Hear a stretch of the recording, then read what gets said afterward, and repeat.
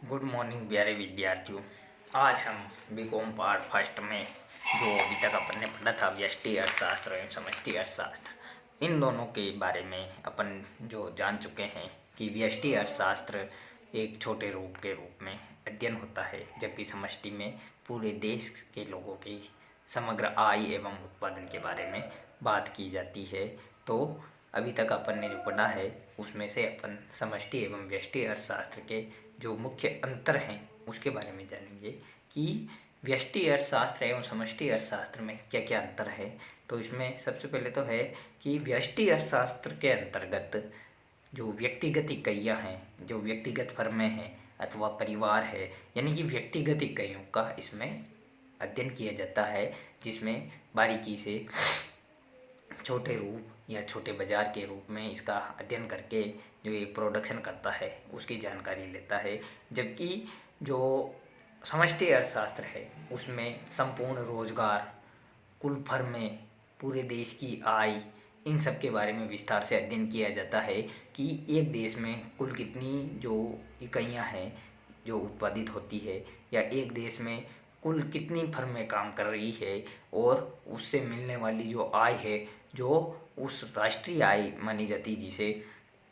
तो वो कुल कितनी राष्ट्रीय आय है, यानी कि एक बहुत बड़े या उच्च लेवल पर इसका अध्ययन किया जाता है जिसमें पूरे देश को शामिल कर लिया जाता है। तो इस तरीके से इसमें व्यक्तिगत इकाइयों का अध्ययन किया जाता है, जबकि इसमें एक जो संपूर्ण राष्ट्र है या संपूर्ण अर्थव्यवस्था है उसके बारे में अध्ययन किया जाता है। जबकि दूसरा है कि इसमें व्यक्तिगत इकाइयों का अध्ययन करते हुए कीमत विश्लेषण पर ध्यान दिया जाता है। व्यष्टि अर्थशास्त्र में ज़्यादातर कीमत विश्लेषण पर ध्यान दिया जाता है कि एक छोटे बाजार में कुल मांगे जाने वाली इकाइयों का अध्ययन किया जाता है कि इस बाजार में, छोटे छोटे बाजारों का पहले अध्ययन किया जाता है कि इस बाजार में कुल कितनी इकाइयाँ मांगी जाती हैं और यहाँ पे रहने वाले लोगों का स्तर किस प्रकार से है, यहाँ पे कितनी जो मूल्य की वस्तु हैं वह मांगी जा सकती है। तो उसका पहले अध्ययन किया जाता है कीमत निर्धारण करने के लिए। जबकि जो समष्टि अर्थशास्त्र है जिसमें अपन कीमत को ही ध्यान में नहीं रखते हैं, वहाँ के संपूर्ण लोगों की आय के बारे में जानते हैं कि यहाँ पे पूरे देश में कुल लोगों की जो आय है वो कितनी है। जैसे उदाहरण के लिए अपन छोटे स्तर पर लें तो लोग जो अपनी कीमत के अकॉर्डिंग मोटरसाइकिल के बजाय जो साइकिल है या उसे कम खर्च वस्तु है उसके बारे में ध्यान देते हैं। जब भी पूरे राष्ट्र के स्तर पर अपन जो अध्ययन निकालते हैं उसमें मोटरसाइकिलें हैं, कारें हैं, इन सब के बारे में सोच करके कि आजकल प्रत्येक व्यक्ति की आय बढ़ी हुई है तो अत्यधिक मात्रा में जो कारें बिकेगी या मोटरसाइकिलें बिकेगी, तो उसका निर्माण किया जाता है। तो इस तरीके से इस जो छोटे बाजार हैं जिसमें व्यष्टि में कीमत को सर्वोच्च प्राथमिकता दी जाती है कि किसी वस्तु की कीमत ज़्यादा नहीं होनी चाहिए, जबकि समष्टि अर्थशास्त्र में पूरे राष्ट्र के बारे में अध्ययन करके जो लोगों की आय है, जो लोगों के रोजगार है, उसका अध्ययन करके उन इकाइयों का उत्पादन किया जाता है। सीमांत विश्लेषण, यानी कि छोटे जो व्यष्टि रूप है उसमें सीमांत विश्लेषण को ध्यान में दिया जाता है कि एक व्यक्ति किस तरीके से मांगे जाने वाली मात्रा को मांगता है और उसमें किस प्रकार से वह धीरे धीरे संतुष्ट होने के पश्चात कमी कर सकता है। तो सीमांत विश्लेषण किया जाता है कि ऐसा नहीं हो कि आज किसी व्यक्ति ने 500 इकाइयाँ मांगी, कल 700 मांगी, फिर 800 मांगी, फिर 900 मांगी और फिर 1000 मांगी,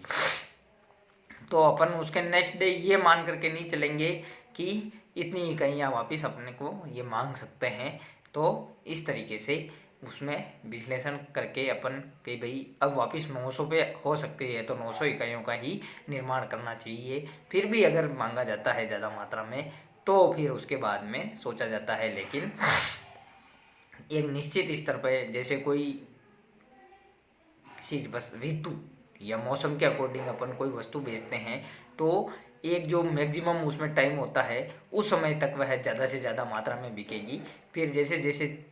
ढलान की ओर होता है वह मौसम, तो फिर मांगे जाने वाले मात्रा में सीमांत जो उपयोगिता ह्रास होती है वह धीरे धीरे कम होने लग जाती है। तो इस तरीके से एक निश्चित समय के पश्चात जो सीमांत विश्लेषण होता है उसका करना आवश्यक होता है।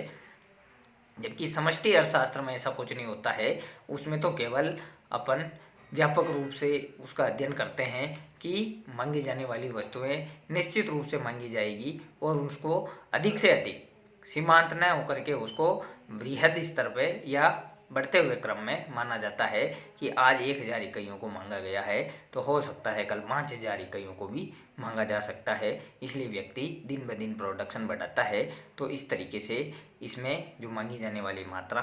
कम होती है और उसका सीमांत विश्लेषण होता है व्यष्टि अर्थशास्त्र में, जबकि समष्टि में उसका व्यापक रूप ध्यान में रखा जाता है। एक फर्म जो होती है उसके उद्योग की विभिन्न नीतियों का निर्धारण जो व्यष्टि अर्थशास्त्र होता है उसमें निर्णय लेने में किया जाता है कि अपन जितनी भी नीतियाँ उसका निर्धारण करेंगे वह उत्पादन के रूप में अपने आउटपुट मिलना चाहिए, जबकि उसमें जो जो भी उत्पादन और ये होता है उसको पूरे देश में फैलाने का काम किया जाता है,